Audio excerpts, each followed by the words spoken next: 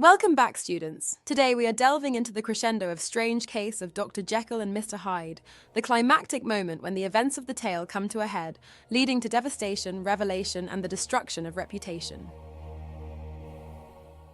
In today's lesson, we'll witness the complete dehumanization of the doomed Mr. Hyde before his grisly demise, and explore the use of pathetic fallacy and Shakespearean allusions in generating the supernatural undertones that lurk beneath the surface of this chapter. We'll also take a closer look at the link between science and mystery that emerges as we explore Jekyll's clandestine laboratory and the extremity of Utterson's self-restraint as it is revealed through his incongruous reactions to the perilous scenes unfolding around him. In Chapter 8 of Strange Case of Dr. Jekyll and Mr. Hyde, Mr. Utterson is visited by a distressed Poole, Dr. Jekyll's longtime butler, who is deeply concerned about his master's increasingly strange behavior and prolonged seclusion in his laboratory. Poole believes that something terrible has happened to Dr. Jekyll, and Utterson agrees to accompany Poole to Jekyll's house. When they arrive, they find the atmosphere within the house tense and eerie. The usually bustling household is now deserted except for a group of frightened servants huddled together in fear. Poole reveals that for the past week, a voice from within the laboratory has been demanding certain chemicals, which Poole has desperately tried to get hold of, only for the voice to express anger and despair, as none of the chemicals are right. As Utterson and Poole approach the lab, Poole confides that he is convinced that the voice is not that of Dr. Jekyll, but of someone else, possibly Edward Hyde. Utterson demands entry into the laboratory and breaks down the door. Inside, Edward Hyde is dead on the floor, apparently having taken his own life, and there is no sign of Dr. Jekyll anywhere. Utterson is shocked to find a new will on the table, naming him as Jekyll's sole beneficiary, replacing Hyde. Alongside the will is a letter from Jekyll, explaining his anticipated disappearance and instructing Utterson to read certain enclosed documents before involving the authorities. Deeply disturbed, Utterson decides to take the documents back to his office to read them in private, hoping they will shed light on the horrifying mystery surrounding Jekyll and Hyde.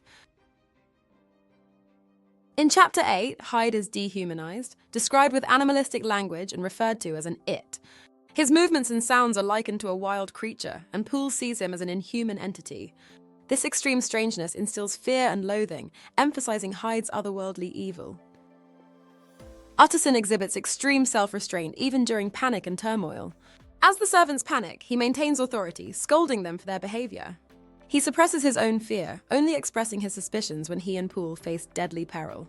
Stevenson illustrates that only the genuine fear of death can make Utterson relax his strict moral code, highlighting the extreme self-restraint of Victorian gentlemen. Stevenson uses pathetic fallacy to heighten suspense and foreboding in Chapter 8.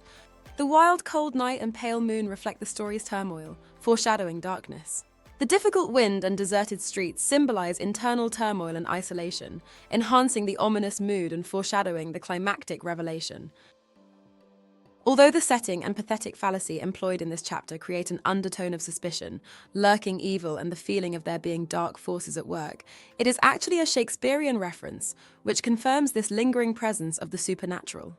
When speaking of breaking down the door to Jekyll's laboratory, Utterson claims that he will achieve his aims, if not by fair means, then by foul. This is a direct reference to the famous paradox in Macbeth, fair is foul and foul is fair, which is spoken by the malevolent witches whose prophecies destroy the life of the tale's tragic hero. In echoing these infamous enchantments, Stevenson draws his reader's attention to the presence of a wicked, supernatural undercurrent that has ultimately run throughout the entire narrative and powerfully hints at the story's impending disaster. In this chapter, we are finally allowed through the doors of Jekyll's laboratory and cabinet. Seeing the room through the eyes of Mr. Utterson and Poole, however, we are left in the dark as to the experiments that have been carried out within these rooms. Though we can see scientific apparatus, chemicals, and strange powders and potions arrayed throughout the room, we cannot identify any of these objects, or understand Jekyll's use of such strange implements. Hence, whilst Jekyll has been using science to unravel the mystery of human identity, these scientific experiments themselves only serve to heighten the mystery of his experiences for those left after his passing. Such lack of comprehension reinstates the previously eroded boundaries of human understanding, restoring a sense of order and certainty into the tale after its protagonist has met his sorry demise. Though we may mourn the passing of Jekyll, at least his controversial scientific exploits have died with him. And so, as we conclude our analysis of Chapter 8 of Strange Case of Dr. Jekyll and Mr. Hyde, we find ourselves immersed in a narrative rich with psychological depth and atmospheric tension. Chapter 8 reveals Dr. Jekyll's laboratory and some of his dark secrets as the chapter continues to build suspense.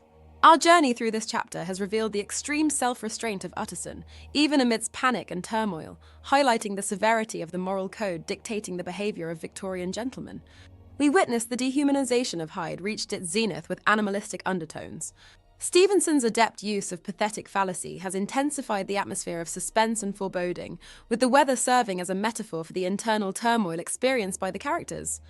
The presence of supernatural undertones become palpable for the reader, hinting at the malevolent forces at work throughout the narrative and foreshadowing the impending disaster.